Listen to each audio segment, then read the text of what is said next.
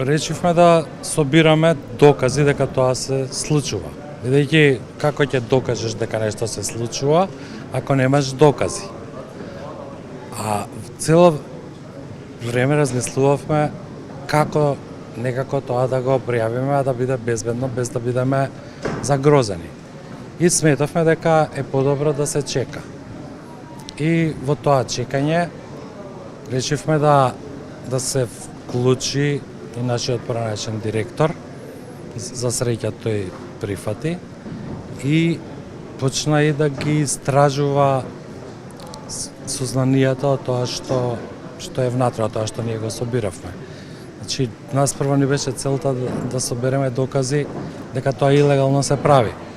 А потоа се фрапиравме од фактот дека они меѓу себе се контролираат и всушност во тие разговори што ги водат меѓу себе дека има сериозни докази за криминал.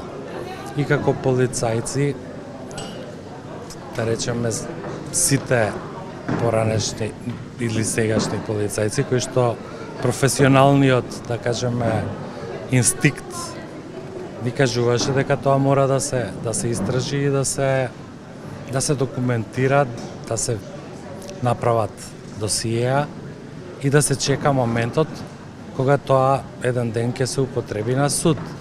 Значи, нас уште во стартот ни беше целта ова да оди на суд. А се надевавме дека ќе дојдат некои подобри времења, дека ќе се смени нешто, дека ќе дојдат луѓе кои што ќе можат професионално да ги обработат тие, да кажеме, досиеа кои што ние ги спремавме.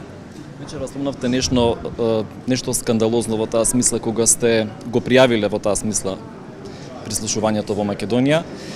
Вие практично сте биле сослушувани во таа смисла и од еден обвинител кој што се наоѓал во МВР, ако во добро вера. Не, значи вака, јас побарав да дојдам во МВР да расчистиме каков е мојот однос со Верушевски. И мислам дека тие што го организираа мојот разговор се надеваа дека јас ќе негирам дека воопшто имам некаква врска со Верушевски. И ги шокиравте кога рековте дека тоа беше толку страшно како беше тој обвинет, што они беа сигурни дека јас ќе речам не го познавам, не знам. Значи јас не можев да го сторам тоа. Човекот беше таму заради мене, да не му кажев јас што се случува, тој немаше да дојде во таа ситуација.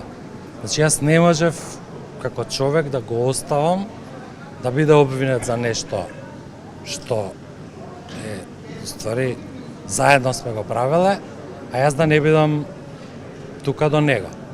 За жал мораше да биде откриено дека и Звонко е инволвиран. Звонко си го потврди истото што го кажав јас и ние си ја зборувавме вистината. Што се случуваше со нас беше во рацете на тие што ја водеа истрагата.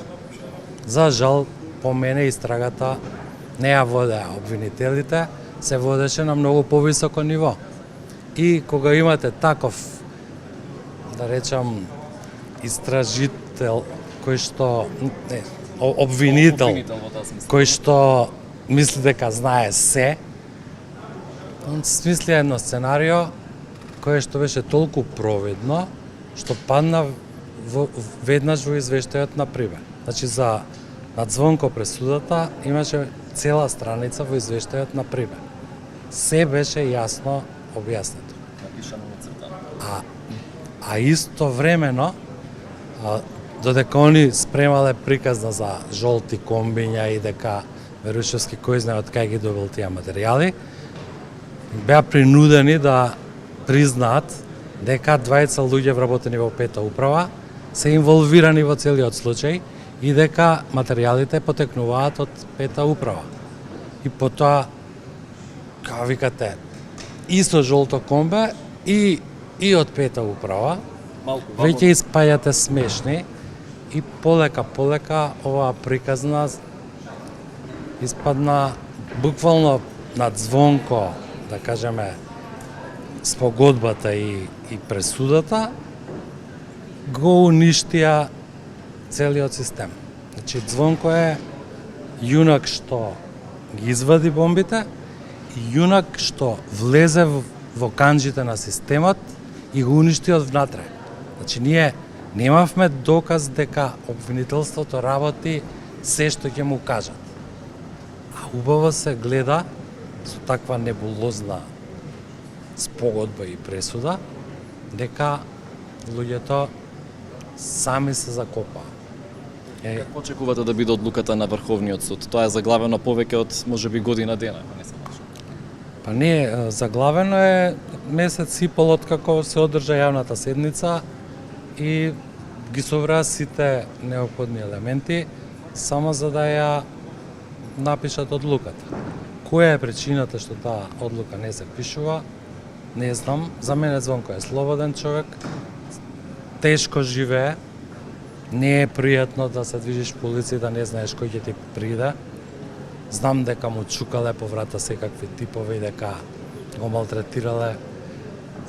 Како преживеа и он и неговото семејство, нека му е алал. Многу ми е криво, едва и чекам да го видам како слободен човек и слободно да се дружиме, да си разговараме, да едноставно ја завршиме заедно оваа тажна, да речам, етапа од нашиот живот, но искрено се надевам дека од сега натаму свиркачите ќе добијат многу подобар третман од државата и дека ќе бидат охрабрени и на некој начин мотивирани да прејавуваат што може повеќе. Затоа што свиркачите се тие кои што ја контролираат апсолутната власт. Ние бевме многу близко до диктатура. Значи, може би и бевме, ама тоа што се спремаше да стане беше апсолутизам тежок. И не смееме да дозволиме никогаш повеќе да се повтори.